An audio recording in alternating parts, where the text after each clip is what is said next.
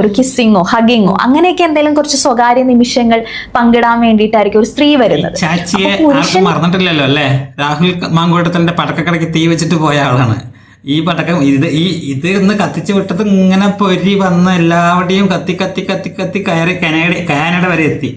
അങ്ങനെ അവസാനം രണ്ട് കേസിലും ജാമ്യം കിട്ടിയ രാഹുൽ മാങ്കൂട്ടത്തിൽ മൂന്നാമത്തെ കേസിൽ ജാമ്യം കിട്ടിയില്ല.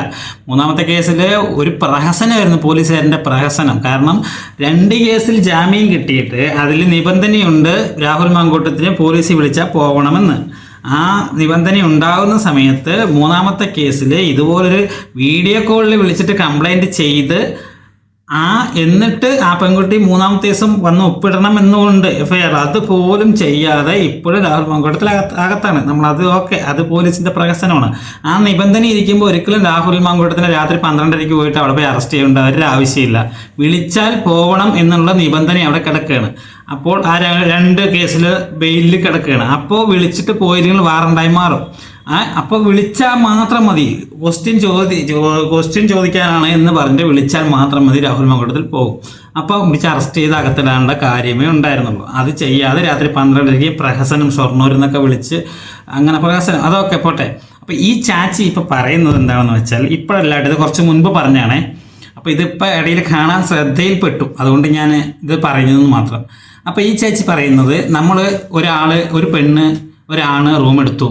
ആ പെണ്ണ് മനസ്സിൽ എന്താ വിചാരിക്കുന്നത് വെച്ചാൽ, ഞങ്ങൾ വിചാരിക്കുന്നത്, അതായത് പെണ്ണെന്നല്ല ഞങ്ങൾ വിചാരിക്കുന്നത്, അതാണല്ലോ അവർ പറഞ്ഞു വയ്ക്കുന്നത്. ഞങ്ങൾ വിചാരിക്കുന്നത് ഞങ്ങളൊരു തലോടൽ, ഒരു കിസ്സിങ്, ഒരു ഹഗ്ഗിങ്, ഒരു ചുമ്മാ ഒരു കെട്ടിപ്പിടുത്തം, ഇതൊക്കെയാണ് ഞങ്ങൾ ഉദ്ദേശിച്ചിട്ട് പോകുന്നത്. പക്ഷേ ആൺകുട്ടികൾ റൂമിലേക്ക് വന്നാൽ പിന്നെ അവിടെ കിടന്നിട്ട് അങ്ങനെ ബലാത്സംഗം ചെയ്തുകൊണ്ടിരിക്കുകയാണ്. അങ്ങനെയാണ് ഇപ്പോൾ വരുന്നതെന്ന് പറഞ്ഞാൽ ഒരു തേങ്ങയുമില്ല.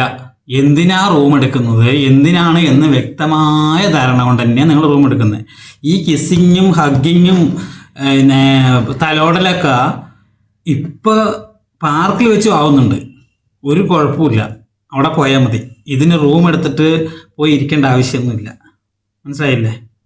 അപ്പോൾ നിങ്ങൾ കിസ് ചെയ്യേ ഹഗ് ചെയ്യേ കൂടെ കിടക്കുക എന്ത് വേണം ചെയ്തോ, അതിലാർക്കും പരാതിയില്ല. പക്ഷെ ഇതെല്ലാം കഴിഞ്ഞിട്ട് നിങ്ങൾ പരസ്പര സമ്മതത്തോടെ കഴിഞ്ഞിട്ട് നിങ്ങൾ ബലാത്സംഗം ചെയ്തു എന്ന് പറഞ്ഞ് കേസ് കൊടുക്കുന്നതാണ് പ്രശ്നം. ശരി, ഞാൻ ഇതിൽ കൂടുതൽ പറയുന്നില്ല. ഇതിനുള്ള ഒരു മറുപടിയും ഇവിടെ പറയുന്നതും ഞാൻ കേൾപ്പിക്കാം, എന്നിട്ട് നമുക്ക് ബാക്കി മറുപടികൾ പറയാം. അപ്പം നമ്മൾ ഇതിനെക്കുറിച്ച് പറഞ്ഞാലേ പ്രശ്നമുള്ളൂ. അപ്പോൾ ഒരു ചേച്ചി തന്നെ മറുപടി കൊടുക്കുന്നുണ്ട്. അതായത് ഇപ്പോൾ 2 പേര് തമ്മിൽ ഒരു മുറിയിൽ കാണാമെന്ന് തീരുമാനിക്കുന്നു. പെൺകുട്ടി ചിലപ്പോൾ കുറച്ചു നേരം വർത്താനം പറഞ്ഞ് ഇരിക്കാനോ അല്ലെങ്കിൽ ചെറിയ രീതിയിലുള്ള ഒരു സ്നേഹത്തിന് വേണ്ടി പ്രകടനം, അങ്ങനെ ഞാൻ ഉദ്ദേശിച്ചത് അതെനിക്ക് ലൈക്ക് ചെറിയ രീതിയിൽ ഒരു കിസ്സിങ്ങോ ഹഗിങ്ങോ അങ്ങനെയൊക്കെ എന്തെങ്കിലും കുറച്ച് സ്വകാര്യ നിമിഷങ്ങൾ പങ്കിടാൻ വേണ്ടിയിട്ടായിരിക്കും ഒരു സ്ത്രീ വരുന്നത്. അപ്പൊ പുരുഷൻ ഈ മുറിയിൽ എത്തിക്കഴിയുമ്പോൾ പുരുഷൻ ഇപ്പൊ ചാച്ചി പറഞ്ഞു കേട്ടില്ലേ, പെൺകുട്ടി ഒരാളുടെ റൂമിലേക്ക് വരുന്നത് ചെറിയ ചെറിയ കാര്യങ്ങള് നമ്മൾ പറഞ്ഞാലേ പ്രശ്നമുള്ളൂ. ചേച്ചി പറയുമ്പോൾ നമുക്ക് വിഷയമില്ല, ചേച്ചി തന്നെ മറുപടി കൊടുക്കുന്നുണ്ട്. പുരുഷന്റെ റൂമിലേക്ക് ചെന്ന് കഴിഞ്ഞാല് ചെറിയ ഒരു കിസ്സിങ് അല്ലെങ്കിൽ ചെറിയ ഒരു തോണ്ടല്, തലോടല്, ഇതൊക്കെ മാത്രം പ്രതീക്ഷിച്ചിട്ടാണ് ഒരു പെൺകുട്ടി ഒരു പുരുഷന്റെ റൂമിലേക്ക് ചെല്ലുന്നത് എന്നാണ് ചാച്ചി പറയുന്നത്. ബാക്കിയും കൂടെ കേട്ടു നോക്കാം. അപ്പൊ പുരുഷൻ ഈ മുറിയിൽ എത്തിക്കഴിയുമ്പോൾ പുരുഷൻ ഫോഴ്സ്ഡ് ആയിട്ട് ഈ രീതിയിലേക്ക് ഇതേതാ എന്ത് ചെയ്യും? അപ്പൊ ഈ കൺസെന്റ് എന്ന് പറയുന്ന പല രീതിയിലുണ്ട്. അപ്പൊ നമ്മൾ 2 പേര് തമ്മിൽ റിലേഷൻ ആയി എന്ന് പറഞ്ഞിട്ട് നമുക്ക് ഒരിക്കലും ആ സ്ത്രീ പറയുന്നത് അങ്ങനെ തെറ്റാണെന്ന് പറയാൻ പറ്റില്ല. ഇപ്പൊ ഫോർ എക്സാമ്പിൾ പറഞ്ഞാൽ നമ്മൾ 2 പേരും ഈ മുറിയിൽ ഇരിക്കുന്നു. അപ്പൊ നമ്മൾ ഇവിടെ ചുറ്റും പുരുഷന്മാരുണ്ടെങ്കിൽ നമുക്കൊരു വിശ്വാസമുണ്ട്, അവരങ്ങനെ ഒന്നും നമ്മളെ ഉപദ്രവിക്കില്ല എന്നൊരു വിശ്വാസമുണ്ട്. നമ്മൾ ഒരാളുടെ മുറിയിൽ പോകുമ്പോൾ അയാളെ വിശ്വാസത്തിന് ഉപദ്രവമാണ് ചെയ്യുന്നതെങ്കിൽ ഫോഴ്സ്ഡ് സെക്സ് ഉണ്ട്, മാനിപ്പുലേറ്റഡ് കൺസെന്റ് ഉണ്ട്. ഇതെല്ലാം നമ്മൾ ഈ കൺസെന്റ് എന്ന് പറയുമ്പോൾ അതെ, 2 പേര് തമ്മിൽ റിലേഷനായിട്ട് റൂമിൽ ചെല്ലുകയാണ്. അപ്പൊ സ്ത്രീ പ്രതീക്ഷിച്ച ചെറിയ കെട്ടിപ്പിടുത്തം, ചെറിയ ഉമ്മവക്കൽ, ചെറിയ തോണ്ടൽ, ചെറിയ തല്ലോടൽ. പക്ഷെ റൂമിലെത്തി കഴിയുമ്പം പുരുഷൻ സകലമായ ശക്തിയും എടുത്ത് പെൺകുട്ടിയെ കീഴ്പ്പെടുത്തിയാൽ എന്ത് ചെയ്യുമെന്നാണ് ഈ ചാച്ചി ചോദിക്കുന്നത്. റിലേഷൻ ആയാലും ഒരു പുരുഷൻ ഒരു റൂമിലേക്ക് വിളിച്ചാൽ എന്തിനാണ് പോകുന്നത്? ഈ ചെറിയ കിസ്സിങ്ങും ഈ ചെറിയ തലോടലും ഈ ചെറിയ തോണ്ടലും ഈ ചെറിയ കെട്ടിപ്പിടുത്തവും ഒക്കെ ഏതെങ്കിലും ഒരു പാർക്കിലോ ബീച്ചിലോ ഒക്കെ ആകാമല്ലോ. ഇന്ന് പല പാർക്കിലും ബീച്ചിലൊക്കെ പോയാൽ നമ്മൾ ഈ വക കാഴ്ചകളൊക്കെ കാണുന്നതാണ്. പാർക്കും ബീച്ചും ഒക്കെ ഒഴിവാക്കി ആ ഒരു സംഗമം റൂമിലേക്കാക്കുമ്പോൾ ചാച്ചിക്ക് ഒന്നും അങ്ങോട്ട് മനസ്സിലാവത്തില്ല, ഈ പെണ്ണുങ്ങൾക്ക് ഒന്നും അങ്ങോട്ട് മനസ്സിലാകത്തില്ല. കുഞ്ഞല്ലേ കുഞ്ഞ്, ഈ പറഞ്ഞ പോലെ ചെറിയൊരു ഹഗ്ഗിങ്, ചെറിയൊരു കിസ്സിങ്, ചെറിയൊരു തോണ്ടൽ, ഇത്രേ പ്രതീക്ഷിച്ചുള്ളൂ. അതിനപ്പുറത്തേക്ക് പോകുമെന്ന് ഈ ചാച്ചിമാരൊന്നും പ്രതീക്ഷിച്ചിട്ടല്ല പോകുന്നത്. സംഭവം മറ്റൊന്നുമല്ല, ഇവളുമാര് എല്ലാം പ്രതീക്ഷിച്ചിട്ട് തന്നെ പോകുന്നത്.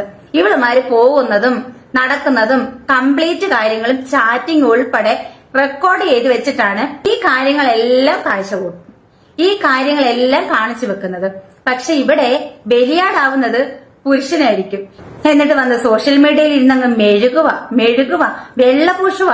കാരണം സ്ത്രീയാണല്ലോ, നിയമത്തിന്റെ പരിരക്ഷണം ഈ ഇവരില്ലേ, ഇവര് ഈ പറയുന്നത് നമ്മള് അംഗീകരിക്കുന്നു, നമുക്ക് പറയാം, നമ്മൾക്ക് സംഭവിക്കും. നമ്മളിപ്പോ ആരും പുണ്യാളന്മാരാണ് അങ്ങനെ വിളിച്ച് സംസാരിക്കുന്നില്ല. ഇപ്പൊ ലവേഴ്സ് ആകുമ്പോൾ റൂം എടുക്കാറുണ്ട്, അല്ലെങ്കിൽ സിറ്റുവേഷൻ കൊണ്ട് റൂം എടുക്കാറുണ്ട്, റൂമിലേക്ക് പോകാറുണ്ട്, സംഭവിക്കാറ്, അതൊക്കെ കേട്ടിട്ടുണ്ട് നമ്മൾ. അപ്പൊ അവര് തമ്മിൽ എന്തെങ്കിലും അവര് അങ്ങനെ സംഭവിച്ചു എന്ന് പറഞ്ഞിട്ട് അവർ മോശം കുട്ടികളോ മോശം സ്ത്രീകളോ ആണെന്നല്ല നമ്മൾ ഉദ്ദേശിക്കുന്നത്. അത് കഴിഞ്ഞിട്ട് ഇവര് ബലാത്സംഗം ചെയ്തു എന്ന് പറഞ്ഞിട്ടൊരു കംപ്ലൈന്റ് കൊടുക്കുന്നതാണ് പ്രശ്നം. ഇപ്പോൾ നമ്മൾ പരസ്പര സമ്മതത്തോടെ എല്ലാം പരിപാടിയും കഴിഞ്ഞിട്ട് പിന്നെ പോവുകയാണ് നമ്മൾ ബലാത്സംഗം ചെയ്തു എന്ന് പറഞ്ഞിട്ട്. ഇതിപ്പോൾ ലവേഴ്സ് തമ്മിൽ അങ്ങനെ നടക്കുന്നു, അതിന് തെറ്റ് പറയുന്നില്ല. സംഭവിക്കാറുണ്ട്, എല്ലാവരുടെയും ഒരുപാട് സംഭവിക്കാറുണ്ട്. ഇപ്പൊ ഭാര്യയും ഭർത്താവും തമ്മിൽ വർഷങ്ങളായി ജീവിച്ചിട്ട് കുട്ടികളായിട്ട് ഡിവോഴ്സ് ചെയ്ത് പോകുന്നില്ലേ? അപ്പോൾ ഇതേ കാര്യങ്ങൾ ലവേഴ്സിന്റെ ഇടയിൽ നടക്കാറുണ്ട്. അത് ഓരോ സിറ്റുവേഷൻ കൊണ്ടൊക്കെ നടന്നു പോവും. പക്ഷേ അതിന് നമ്മൾ തെറ്റ് പറഞ്ഞിട്ട് അത് ഞങ്ങളെ പിന്നീട് കല്യാണം കഴിച്ചില്ല എന്ന് വിചാരിച്ചിട്ട് നേരെ പോയിട്ട് ബലാത്സംഗം ചെയ്തു എന്ന് പറയുന്നത് തെണ്ടിത്തരമല്ലേ? കാരണം കല്യാണം കഴിക്കാത്തതിന് പല റീസൺ ഉണ്ട്. സ്നേഹിക്കുമ്പോൾ നിങ്ങൾ ഇതൊക്കെ സംഭവിച്ചു. കല്യാണം കഴിക്കാൻ പറ്റാത്ത ചിലപ്പോൾ പല റീസണും വരും. ചിലപ്പോൾ ഇവർ തമ്മിൽ കുറച്ചു കാലം നടക്കുമ്പോഴായിരിക്കും അറിയുന്നത് ഇവർ തമ്മിൽ ഒത്തുപോകാൻ പറ്റാത്ത ആളുകളാണെന്ന്. ചിലപ്പോൾ ഒരുപാട് അടുത്ത് ഇടപഴകി കൂടുതലായിട്ട് അടുക്കുമ്പോഴാണ് ഒത്തുപോകാൻ പറ്റാത്ത ആളുകളാണെന്ന് അറിയുന്നത്. അതിന് ഉത്തമ ഉദാഹരണമാണ് കല്യാണം കഴിഞ്ഞിട്ട് ഡൈവേഴ്സ് ആകുന്നത്. കല്യാണം കഴിഞ്ഞു, എല്ലാ പരിപാടിയും കഴിഞ്ഞ് 10 കൊല്ലം കഴിഞ്ഞ്, 5 കൊല്ലം കഴിഞ്ഞ്, 10 കൊല്ലം കഴിഞ്ഞ്, 15 കൊല്ലം കഴിഞ്ഞ് ഡിവേഴ്സ് ആകുന്നില്ലേ?